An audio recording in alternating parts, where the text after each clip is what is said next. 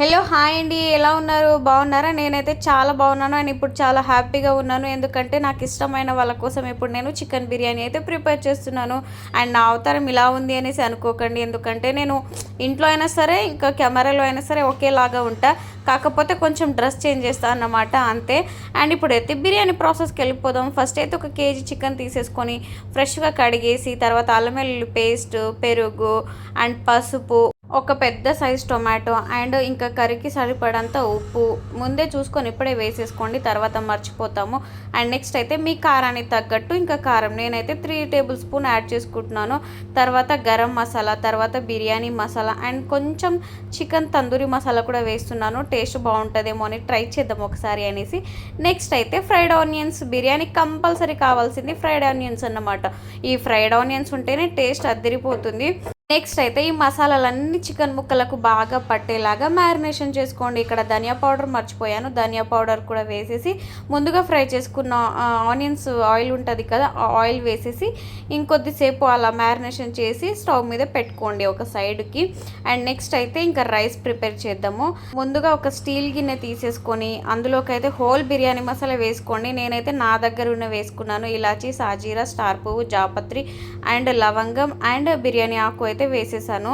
ఇవన్నీ వేసుకున్న తర్వాత అయితే కొంచెం మూత పెట్టేసి నెక్స్ట్ అయితే సాల్ట్ యాడ్ చేసుకోండి. కర్రీకి ఆడ సరిపడంత ఆడ వేసేసాము, ఇప్పుడు అన్నానికి సరిపడంత ఈడ వేసేసుకోండి. అండ్ ఫస్ట్ టైం అల్లం వెల్లుల్లి పేస్ట్ కూడా ట్రై చేస్తున్నాను, ఎప్పుడు వేయలేదు, కొన్ని వీడియోస్లలో చూసి ఇప్పుడు వేస్తున్నాను.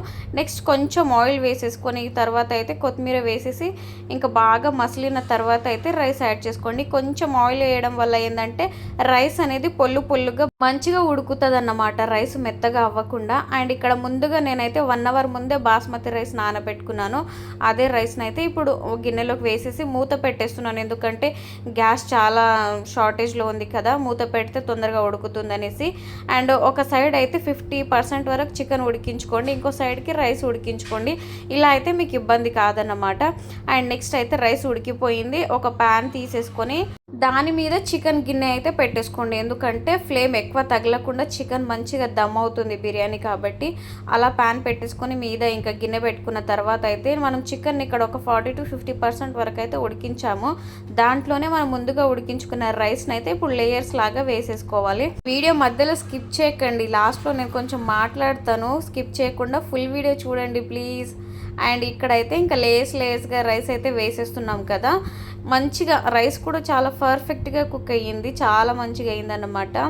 అండ్ గ్యాస్ షార్టేజ్ వల్ల అయితే నేను ఈ మధ్య ఏం కుకింగ్ వీడియోస్ చేయట్లేదు, ఎందుకంటే భయం ఉంటుంది కదా, ఇంకా అయిపోతే ఇంకా తర్వాత ఇబ్బంది పడడం ఎందుకనేసి కొంచెం తగ్గించానులేండి కుకింగ్ వీడియోస్. కానీ మన ఛానల్లో కుకింగ్ వీడియోస్కే ఎక్కువ వ్యూస్ వచ్చేవి, ఇప్పుడు అవి కూడా రావట్లేవండి. ప్లీజ్ ఇంకా స్కిప్ చేయకుండా లైక్ చేసి వెళ్ళండి కొంచెము. అండ్ వీడియో అయిపోలేదు, ఆగండి.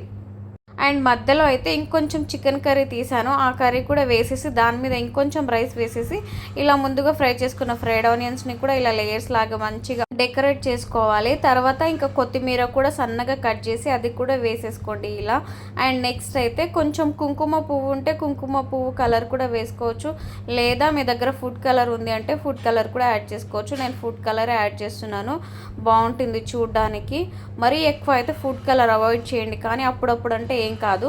దీని మీద ఇలా మూత పెట్టేసి మనమైతే ముందుగా రైస్ కుక్ చేసుకున్న గిన్నె ఉంటుంది కదా, అదే గిన్నెని ఇలా ఈ గిన్నె మీద పెట్టేస్తే బరువు ఎక్కువ ఉండి ఎక్కడ గాలిపోకుండా మంచిగా దమ్ అవుతుందన్నమాట చికెన్ బిర్యానీ అయితే.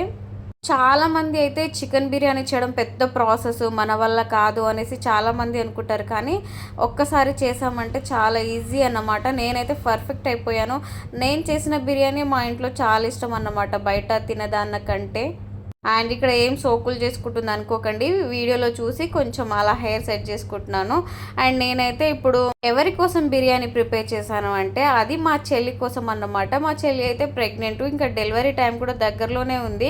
ఇంకా తనకు బిర్యానీ తినాలనిపించిందంట, అది కూడా నేను చేసిన బిర్యానీ. అందుకే నేనైతే ఇంకా ఎప్పుడు డెలివరీ అయిపోద్దో తెలియదు అనేసి నేనైతే ఇది సండే రోజు తీసానన్నమాట వీడియో, అది కూడా ఆఫ్టర్నూన్. ఇంకా అప్పటికప్పుడే బిర్యానీ ప్రిపేర్ చేసి పంపిద్దామని చేస్తున్నాను. అండ్ ఇంకో విషయం ఏందంటే మనకిష్టమైన వాళ్ళ కోసం చేయడంలో ఆ హ్యాపీనెస్సే వేరు. అండ్ చాలామందిని చూస్తున్నాను. అసలు ఎట్లా తయారవుతున్నారంటే వాళ్ళు ఎంత మన వాళ్ళు అనుకొని మనం ఎంత దగ్గర చేద్దాం అనుకున్నా సరే కానీ వాళ్ళ బుద్ధి మాత్రం మారదన్నమాట. ఒకేలాగా ఉంటది. అది చాలామంది ఉన్నారు. నా సరౌండింగ్స్‌లో, నా కజిన్స్‌లో చాలామంది ఉన్నారన్నమాట. కొన్ని రోజులు మంచిగా మాట్లాడతారు. ఎలా అంటే ఇంకా మంచిగా ఫ్రీ అయిపోతామన్నమాట. అంత మంచిగా మాట్లాడతారు. ఇంకా మెల్లిమెల్లిగా వాళ్ళకు వేరే పరిచయం ఏర్పడిందే అనుకో ఇంకా. అంతే వీళ్ళెవరో కూడా గుర్తు లేనట్టే నటిస్తారన్నమాట. మాట్లాడుతున్నామంటే మాట్లాడుతున్నాం ఏదో. అంతే తప్ప నిజంగా మనసులో ప్రేమ మాత్రం ఉండదన్నమాట. అందుకనే నాకొక్కటే అనిపిస్తది మనల్ని ప్రేమించే వాళ్ళని మనం ప్రేమించాలి అనేసి. ఇప్పుడు నన్ను ఎవరైతే బాగా ఇష్టపడతారో మా ఫ్యామిలీలో వాళ్ళనైతే నేను అస్సలు కాదనుకోను.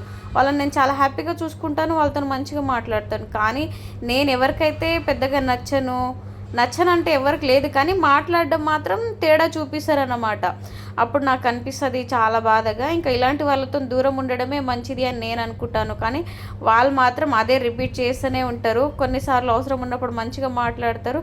అవసరం లేనప్పుడేమో ఒకలాగా బిహేవ్ చేస్తారు. అది నాకు అర్థమవుతుంది వాళ్ళ బిహేవియర్‌లో. నేనొక్కటేం చెప్పగలనంటే, ఇంగ నన్ను ఇష్టపడే వాళ్ళని నేనైతే అసలు మిస్ చేసుకోలేను. వాళ్ళు నాతోనే ఉంటారన్నమాట. అది కూడా పెద్దగా ఎవరు కాదు. నాకు పెద్ద క్లోజ్ ఫ్యామిలీలో అంటే ఇంకా చెల్లియే. నా బాధలైనా, ఇష్టాలైనా, సుఖాలైనా, సంతోషాలైనా, నా దుఃఖమైనా సరే నేను తనతోనే షేర్ చేసుకుంటాను. కానీ నేనెప్పుడూ బయట ఏదో సాడ్‌గా ఉన్నట్టు కనిపియను. కానీ నా బాధలన్నీ లోపల ఉంటాయి. బయట ఏదో నవ్వుతున్నట్టు కనిపించినంత మాత్రాన జీవితం హ్యాపీగా ఉన్నట్టు కాదు.